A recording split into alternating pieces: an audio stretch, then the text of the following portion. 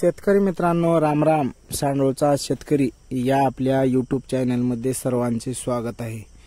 तर शेतकरी मित्रांनो, आज आम्ही ठिबकच्या नळ्या साफ करून घेत आहोत, स्वच्छ करून घेत आहोत.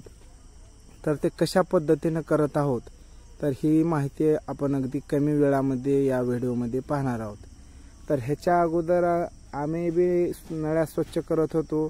तर ते एक स्प्रिंकलरचा पाईप घ्यायचा, त्याला इकडून आदर करायचं, त्याच्यामध्ये 5 लिटर सल्फ्युरिक ॲसिड टाकायचं, नळ्या इकडून कोंबायच्या आणि पलीकडून ओढून काढायचं.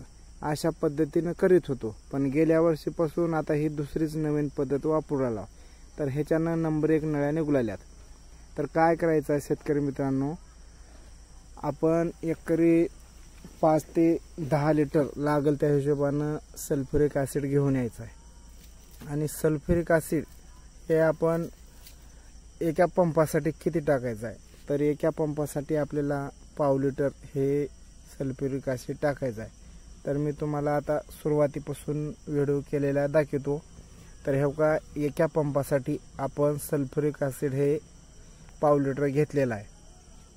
आणि सुरुवातीला थोडं मध्ये पाणी टाकायचं आहे, त्याच्यानंतर सल्फ्युरिक ॲसिड टाकायचं आहे.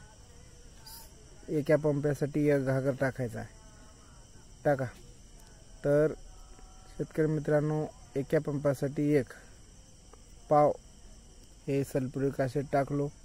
आता 1 घागर पाणी टाकायचं आहे. 1 घागर पाणी टाकल्यानंतर थोडं मधलं आता कट करतो.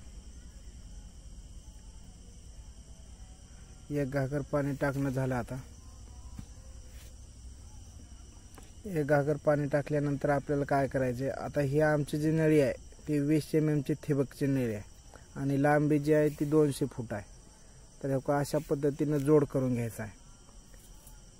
जोड केल्यानंतर आपल्याला आपला आता हे चार्जिंगचा फवारा आहे आणि डबल मोटरचा फवारा असल्यामुळे दोन्ही बटणं चालू करायचे. प्रेशरनं पाणी मधून जाऊ द्यायचं आहे.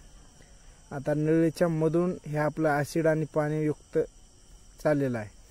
तर ॲसिड हे नळीच्या मधून चाललंय आणि इकडच्या कडेला आलं. हे हो का बघा, इकडच्या कडेला आलं, गाळ बी आलाय. आता तोंड बंद करून ठेवायचं आहे. बंद केलो. आता झालं. थोडं थोडं पाणी पडू द्यायचं आहे. हे का बघा, पाणी पडलेलं आहे. आता फवारा बंद करून घ्यायचा आहे. आणि पुन्हा अजून एक काम आहे. तोंड बंद केलो, फवारा बंद केलो. आता दुसऱ्या नळीला लावणार आहोत. आता काय करायचं, पुन्हा एक बार मोटर चालू केलो की पुन्हा एक वेळेस आपल्याला हे पुढचे तोंड खुल्लं करून घ्यायचं आहे. तर अशा पद्धतीनं शेतकरी मित्रांनो, ही सुद्धा पद्धत नंबर 1 ठिबक धुवून काढण्याची आहे. नंबर 1 स्वच्छ ठिबक होऊ आले. आम्ही सुद्धा अशाच पद्धतीनं ठिबक धुवून काढलेला प्रत्यक्ष व्हिडिओ बनवलेला आहे. व्हिडिओ आवडला असेल तर व्हिडिओला लाईक करा आणि इतर शेतकरी मित्रांना सुद्धा हा व्हिडिओ शेअर करा. तर धन्यवाद.